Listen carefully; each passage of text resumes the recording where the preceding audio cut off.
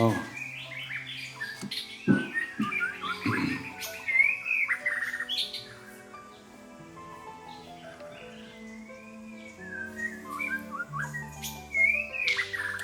Oops. Oh.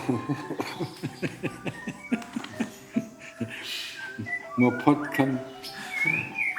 ist schon gekommen. Kaffee Klassik, gemahlen. Natürlich all Natur. Wenn schon denn. Oder der italienische.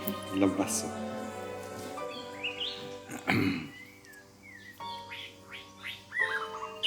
เมจิไม่ได้ไปฟังเทศน์เหรอเมื่อคืนหลวงพ่อไม่ได้ขอหลวงพ่อไปก็เลยไม่กล้าไปไม่กล้าขอก็ที่รถก็ไม่ว่างเที่ยงครึ่งนะใช่ไหมประมาณนี้1 ชั่วโมงจะไม่มันสงสัยคนก็นอนหลับแล้วและทำก็ไม่ออก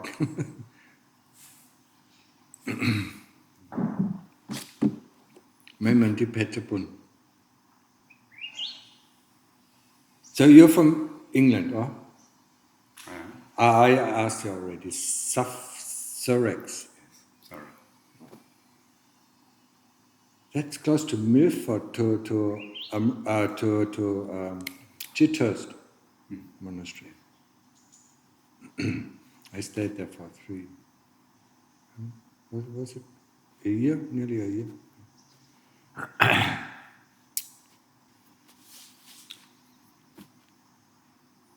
So, what is important in our life? Huh? Working, huh? Looking after the body. Yeah? We are born to die. Everybody of us dies. Yeah? We are born, yeah? And then we do something, and then we die. Yeah? And then we are born again. Even though, in the West they don't believe it yet, yeah? In rebirth. But it's there. Yeah? Now let us think about, what is the purpose of our life? Yeah? What are we going to take with us when we die? Yeah? I mean, from physics we know nothing disappears. Everything changes into something else. Yeah? So when we die, we change into something else. Yeah? Hopefully we change again into a human being, but most of the time we don't. Yeah? There are 33 realms of existence, yeah, where we can go after our death. Yeah. The realms below us is the animal realm, and then is the ghost realm, then the demon realm, and the hell realm. Above is the Ruka Deva realm, also the fairy realm, and then comes the heavenly realms. The fairy realms are here on the earth. And the heavenly realms are somewhere else, just like the hell realms.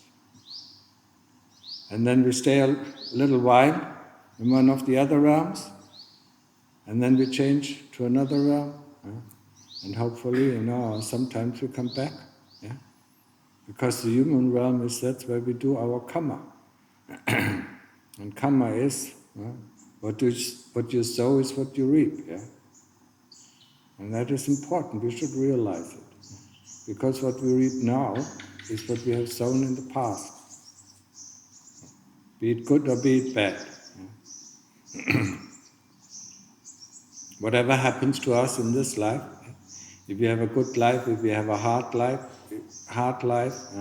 if we have an easy life, it depends all on our karma that we have done in our previous life. Yeah? Just like every farmer, every farmer knows, when he sows potatoes, he will reap potatoes. If he doesn't sow anything, he will not reap anything. Yeah? And the next year, he will get hungry. Yeah? He will have to bear with the hunger. Yeah? And that's the same thing. If we don't prepare our next life and this life, just like we prepare a trip to a different country, and we take the things that we need. Yeah? And then we go on the trip, yeah? And the moment the things are depleted, yeah, we have to go back.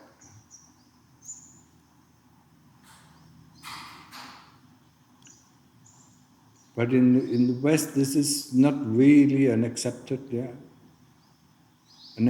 reality. Yeah? In the East, it is accepted. Yeah? In India, in China, Korea, Japan, they all believe in rebirth. Yeah? But we don't. We think we just disappear. Yeah? Physics tells us nothing disappears. Everything changes into something else. Yeah? So how can we think we disappear? Yeah? And then what is the sense of this life? Yeah? What is the purpose of this life? Yeah? We just appear one time here in this world, and do things, and then disappear. Doesn't make any sense. Huh? If one thinks about it, it doesn't make any sense. Yeah? We just come, and then think about, the situations in some people. Yeah? Some people are born in Ethiopia, and starved to death. Yeah? Other people are born as a prince, yeah? Or in Saudi Arabia, where they have money that is flowing, everywhere, yeah. And others have to work, they're born in the northern Europe and they have to work very hard for their livelihood, yeah. Others are born in Thailand and they have to work only very little, to sustain their life, yeah. So it doesn't make sense, that one person is born in this situation and another person born in that situation. It only makes sense, if you take a few steps backward, and look at the world and look at a few lifetimes, and then you see how one thing fits into another. Yeah? So we are born because of our Kamma. We are born in the family because of our Kamma. We are born in the country because of our similar Kamma to the people in our country or in our environment or our neighbors, our family, and so on. Yeah? And we have lots of money or little money because of our Kamma. Yeah? We have to work hard or we have to work little because of our Kamma. Yeah? But if you realize it in this life, and realize that this is one of the truths that the Lord Buddha talks about, then we can start to prepare for the next life. Yeah? Because just like we say in Europe, the next winter comes, it is very certain that the next winter comes, so is the next life comes, very certain. Yeah? So prepare, just like we do it in Europe, or we used to do it in Europe. Yeah? Nowadays, it's very different, severe. Yeah? Before that, we had to, in September, we had to gather all the berries and cook them in so that we had some food in the winter time, because five months there was nothing, There was no greenery, there were no fruits and so on, It has changed, of course nowadays it has changed with all the airplanes bringing fruits from all over the world and we just buy them. But if you still remember our when we were really young, our mother was staying in the kitchen, for 1 month, just cooking, boiling, all these fruits,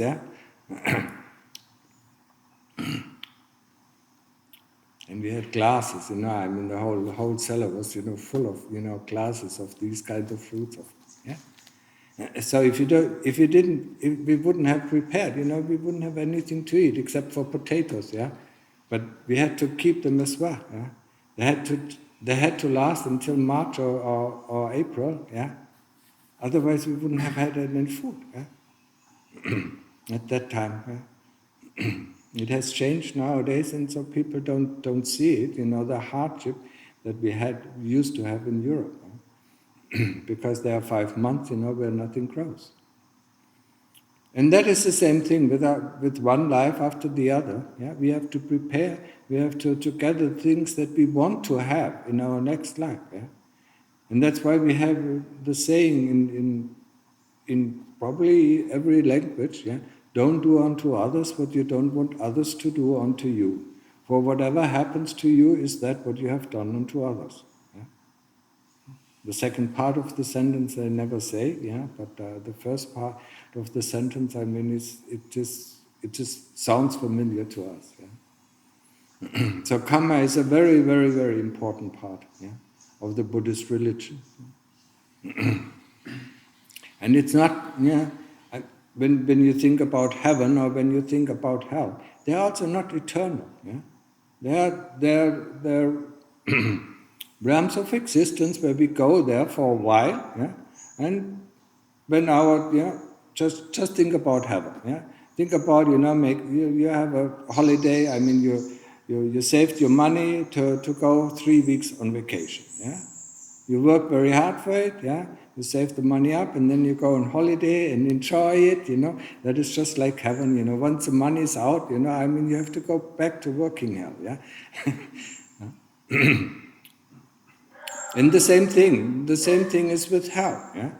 I mean, if we go against the 5 precepts, yeah, we will go to hell.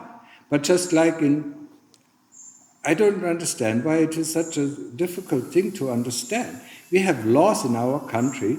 If you kill somebody, you will go to prison. Yeah? If you kill somebody intentionally, yeah, you will go to prison for a long time. If you kill somebody accidentally or out of anger, you will go to prison, but not for such a long time. If you steal something, you will go to prison. But once the prison time is over, then you come back as a human being. Yeah? Why should it be so difficult to understand, hell and heaven? Yeah? There is hell and there is heaven, but hell is not eternal. It can be a very long time, but it is never eternal. We always come back. Yeah? And all of us have spent a lot of time there, lots of time, yeah? Because we don't like to keep the 5 precepts. Yeah? And the 5 precepts, what are the 5 precepts? Yeah? Don't harm any living being. That is the first precept. Don't take what is not given. It's the second precept. Yeah? No sexual misconduct. Yeah? Being faithful in one's relationship. Yeah? Or not being faithful in one relationship is sexual misconduct. Using somebody because of one's position or one's power for one's sexual pleasure is sexual misconduct. Yeah? So a teacher-student relationship, yeah? Or a boss and secretary relationship is all sexual misconduct. And then the 4th precept is no lies, no deceiving speech, and no harsh speech that hurts other people. And the 5th precept is no alcohol, no drugs, everything that makes us unmindful. If we keep these 5 precepts, I mean, we still can have a very pretty good life, yeah. So why not keeping it? Yeah? Who tells us not to keep them? Yeah? Keep them from now on, whatever you've done in the past, I mean, you will have to experience the result of it. Yeah? So don't worry too much, they will come. Yeah? But if you are ready to accept them, yeah? If you don't try to blame them on somebody else, then it will be easier for us to accept them. Yeah?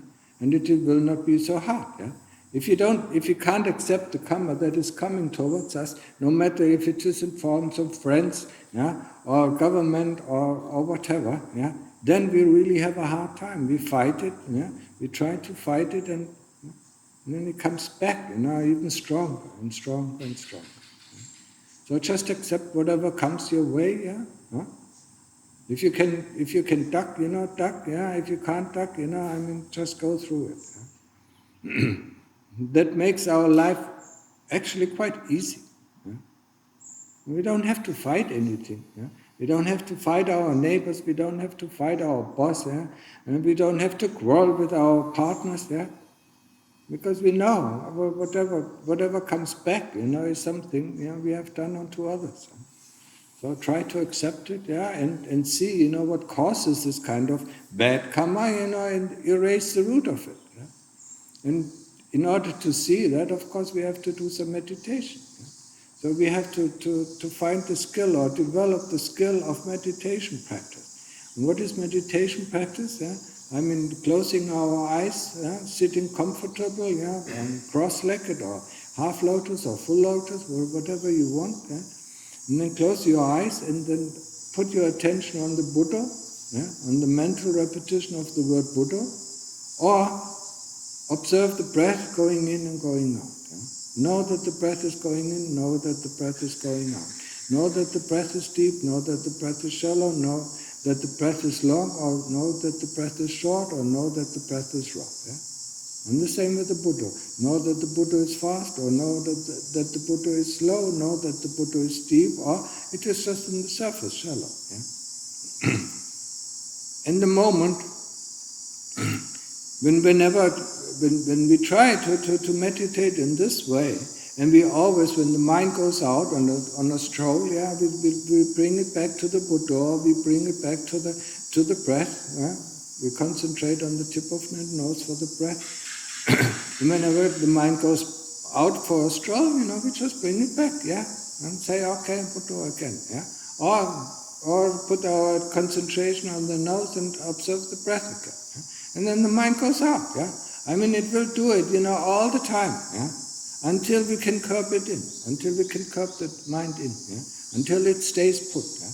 And once it stays put, all these thoughts and all these memories slowly cease to exist, slowly get less and less and less until they completely cease to exist.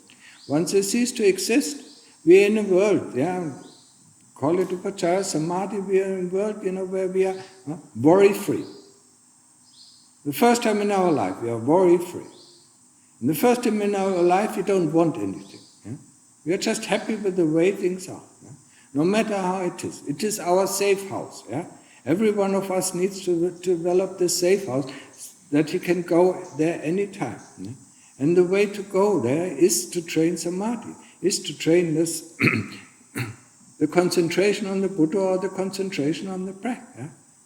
And once thoughts and memories are stopped, yeah? Then there is no more future, yeah? So we don't have to worry about the future. There's no more past, because we don't have to worry about the past.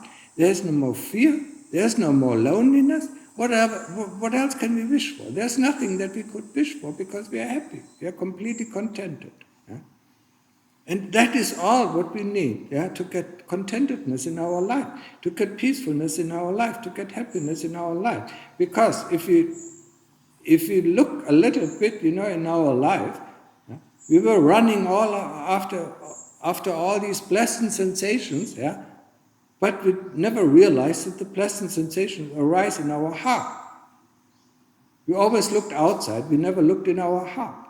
The pleasant sensations arise in our heart, but also the unpleasant sensations arise in our heart. Yeah?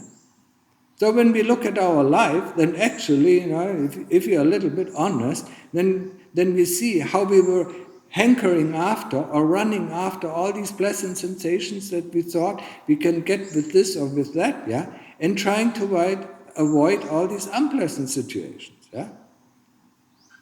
Now think about a comparison. Yeah? Think about a dog, yeah? A German dachshund, yeah, that you bind a sausage in front of it, yeah, and put some tin cans on its tail. It will run and run and run and run. Always run after the pleasant situation, never being able to really catch them. Yeah? It's always in front. Yeah, I need to do this, to get happy. I need to do this. Yeah. So he's always running, and he's always trying to avoid the noise. Yeah. If this dog would be clever, it would, stop running, and then when it stands still, it can eat. The noise disappears. And it can eat the sausage. Yeah? And that's us. Yeah. When you look at your life, you will see, that's our tendencies, to run after the pleasant things and to avoid the unpleasant things. But if you stop, these things stop as well. Yeah? If you stop running after, our dukkha will stop. Yeah? Because our desire creates all this dukkha. Yeah? Actually, it's the second noble truth. Yeah? Our wanting to be, wanting to become, and not wanting to be and not wanting to have and not wanting to become. Yeah? That creates a dukkha, because we can't avoid people. Yeah? Can't avoid people that make us angry. We can't avoid people, yeah?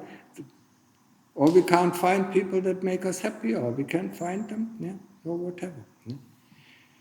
Yeah? So the first thing that we have to develop is actually the safe house. Yeah? And the safe house is this, what is called samadhi, or upachara samadhi. Yeah?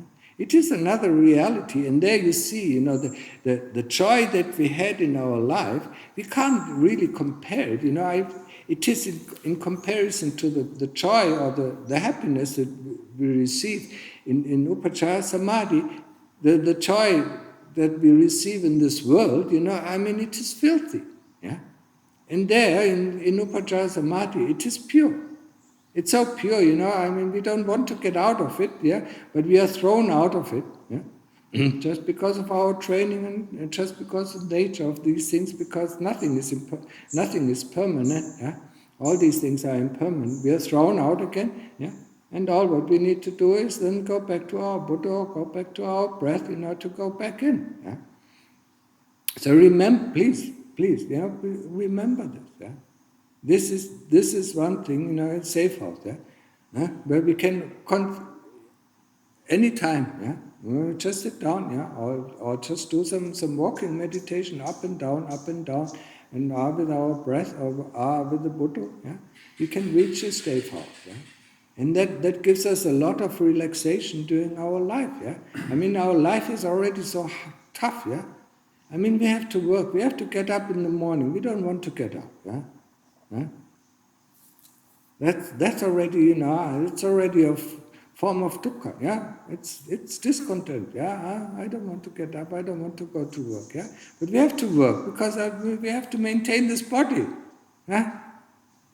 And the body gets hungry, yeah.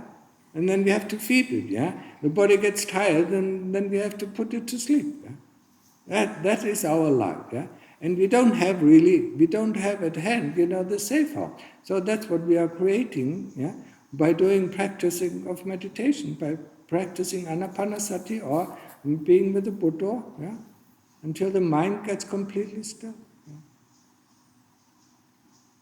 And then I guarantee you, if the mind gets completely still, you never regret that. And the thought is, you want to go back. Yeah? But trying to go back, there we have some problems because the result of our meditation comes through concentration on the same point. Yeah, not through expectations, not through looking, where this calmness and happiness is. Yeah, of course it is in the heart. Yeah, but we won't find it until we dig. Yeah, and digging is, putting our breath back, yeah, or putting our concentration back on the tip of the nose and knowing the breath, yeah, or pulling back to the Buddha, yeah. And then the mind comes calm, and when the mind gets calm, it becomes peaceful and happy. Yeah. That's a recipe, yeah. But it is, yeah, the older we get, the more impatient we get, yeah, and it is a training that we need a lot of patience, yeah. It's just like learning to walk, yeah. Think about when you learn to walk, yeah. If you can remember it, yeah, now how frustrating it was, yeah, always trying to get up, falling over, yeah, hitting our nose, hitting our head, bleeding here, bleeding there, yeah. It's just a training, yeah. So we trained it until we could do it, yeah. Meditation is just like that. It's a training until we can do it, yeah. We just have to pull back the mind, always pull back, yeah. No matter what we do, yeah. In our daily life, we do have certain times, when we wait for the bus, or when we wait for this or that, or when we queue up, yeah, we have time to do the Buddha, yeah. Why not use this time? Why thinking, when we sit in the airplane, why bothering, why putting all this crap, that is in the newspapers or that is on the TV in our head, we need to digest it somehow, yeah. Why not using the Buddha, and getting peaceful and happy? Once the mind is calm, we can do some investigation. We can investigate, the things that we believe we are. Yeah? What do we believe we are? The first thing is the body. Whenever we look in the mirror, we think that's me. Yeah? Even though we have changed quite a bit, from our early age. Yeah? But we still think the body is me. Yeah? Then what else? What else do we consider us? Yeah? Feelings, that's very important. Our feelings, my feelings, yeah? Thoughts, yeah? My thoughts. This is my thought. This is my idea. Yeah. And memories. Yeah. Memories make a lot of part of our personality. Yeah. And then consciousness. And there's nothing else that we consider to be ourselves than out of these 5 groups. Yeah? Body, yeah? Feeling, memory, association, thought, yeah? And consciousness. But can we change? Yeah? Well, for instance, ask yourself, can we change the feeling when it comes? When it comes a bad feeling, can we change it into something nice? Huh? So how can we call it us if we can't change it? If you call something us, or mine, yeah, then the things that I buy that are mine, yeah. So if I buy a black shirt, and don't like the color anymore, or a blue shirt and don't like the color anymore, and I want to have something brighter, yeah, then I just go into my drawer, and pull out a brighter shirt and put it on, yeah. But if there's a dark feeling, coming in our heart, yeah, we can't just pull, look in our drawer and replace it with a nice feeling. Yeah? It's impossible. So why do we call these feelings me, mine, I? Yeah?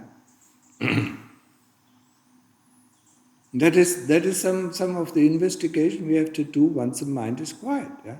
To see that these things don't belong to us. Yeah? That there is somebody inside. Yeah?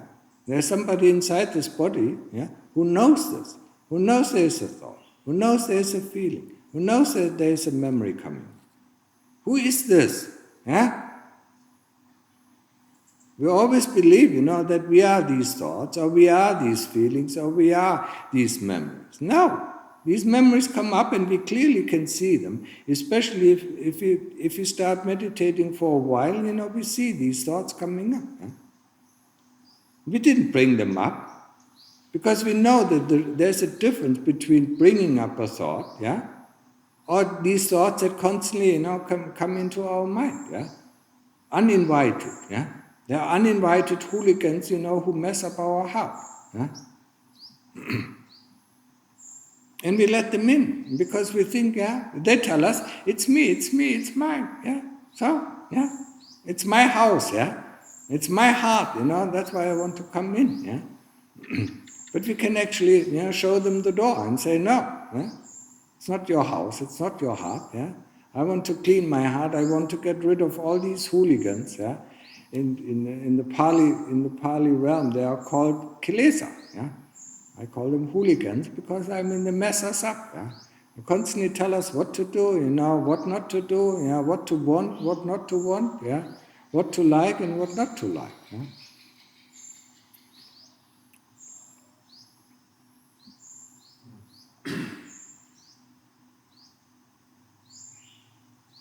The principle, yeah. The body is the most difficult thing to see, as a separate entity. Yeah? Now, just take one of the simile. Yeah? You're born in the car, you die in the car, and you never get out of the car. How can you not believe you are the car? Because you don't know, that there's another reality. Yeah? We are born in this body, we die in this body, yeah, and we don't get out. So we believe we are this body. Yeah? And that's where all the problems start. Yeah? We put everything in the body because we believe it is us. Yeah? But actually, yeah, sometimes in meditation, some people can get out of the body and look at the body and say, hey, what's that? Yeah? It looks like me, yeah? It looks like my body, but who is sitting outside and seeing this body, and he walks around it, yeah, and then goes off, and the body still sits there, huh? But the chitta, yeah, it's gone off, yeah, somewhere else. So the chitta and the body are 2 different things, yeah? And that's what we have to realize to cut down on the attachment to the body. Yeah? The body is just a vehicle, just like we buy a car, yeah? Or a motorcycle, yeah, or even a bicycle, yeah. It's just a vehicle, that gives us the freedom of traveling around, yeah, freedom to move. Yeah? But the body has, of course, much more greater freedom. Yeah? It has the freedom to create. It has the freedom to create material things or create ideas or philosophies or also whatever. Yeah? That's why it gets stuck in the body. Don't believe it is me, mine, or my I. Yeah? So remember that, during the day, in your daily routine, whatever you see cannot be you. Yeah? There's the chitta who knows these things. Yeah? There's the chitta who knows that there's a thought, who knows that there's a body. Yeah?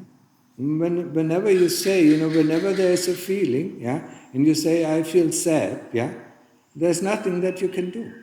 But the moment you phrase it a little bit different, yeah, and say there's a feeling of sadness, then you can look at it. And the moment you look at it objectively, it instantly disappears. Yeah? It comes back, it comes back with thoughts and memories, it comes back and then you look at it again. Yeah?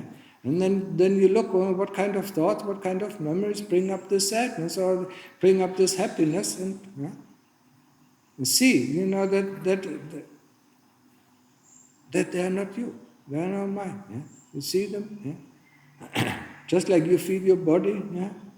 You can feel somebody else's body as well. Yeah? So feeling is feeling, there's a feeling. Yeah? There's a feeling of sadness, there's a feeling of happiness, yeah? But these things are not me. So I think that is enough for a very comprehensive course on the main principles of Buddhism. I didn't catch your name. I didn't catch your name. Al. Huh? Al. Al. Al. Al. Al. Al. Yes. Mm. So you got an idea about Buddhism? Next time you want to come, come a little bit longer, not just for 2 days. Starting to practice meditation, at least the first time you need at least 10 days, to get an idea. Yeah. So next time when they let you off, But also there are, in England, there are Goenka courses, yeah. There are free courses. Take one of the Goenka courses. They are not bad for the beginning, yeah. Take one of them, yeah. They are close to you. You don't have to travel across the world. But you need at least 10 days, to get a little bit of calm. Yeah. Now you can just, see it through a fog, how difficult it is. Yeah? So do you have any questions?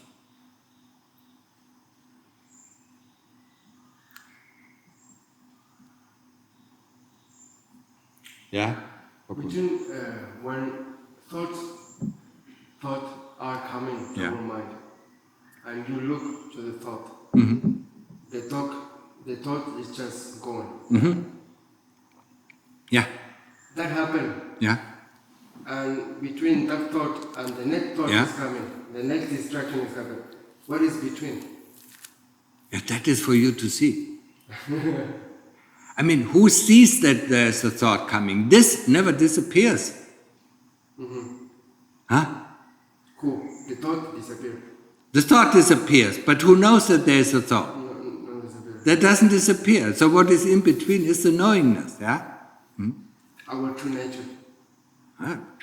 Whatever you want to call it, yeah? It's not yet our true nature, it's our filthy nature, yeah?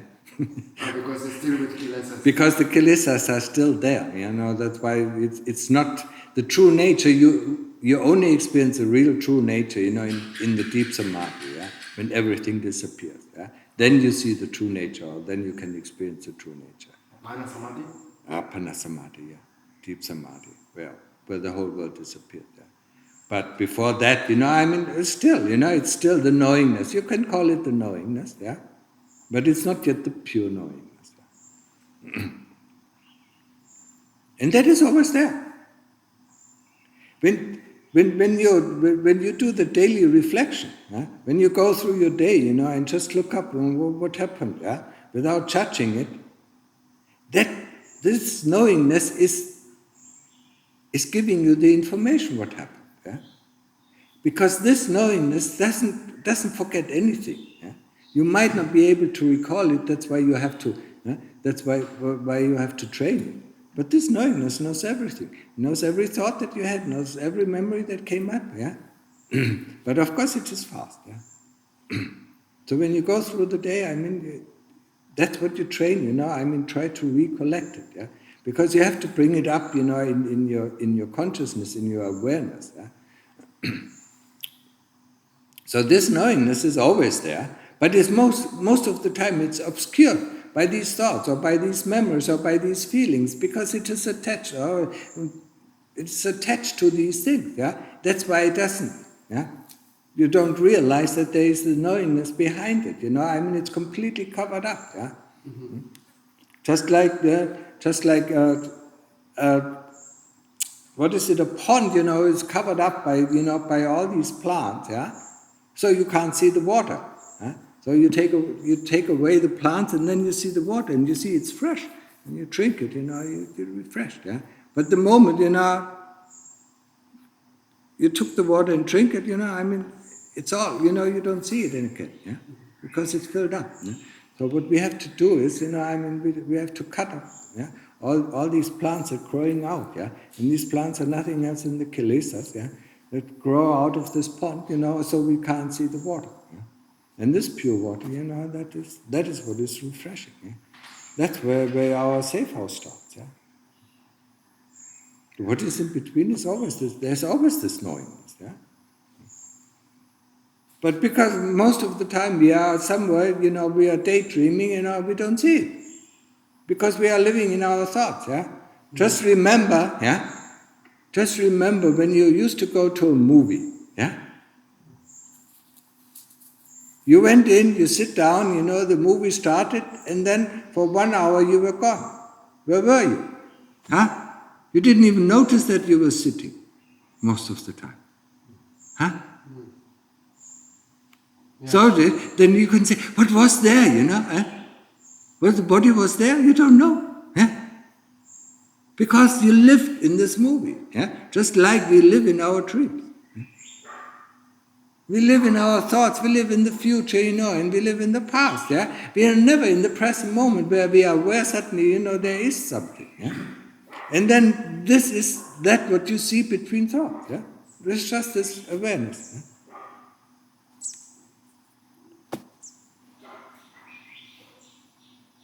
Okay? So, Sylvia, hast du... Nein, wenig verstanden, dann frag mich. Ja?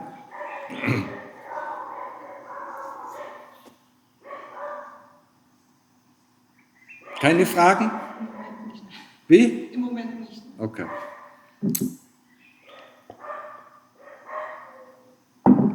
Okay, dann stopp.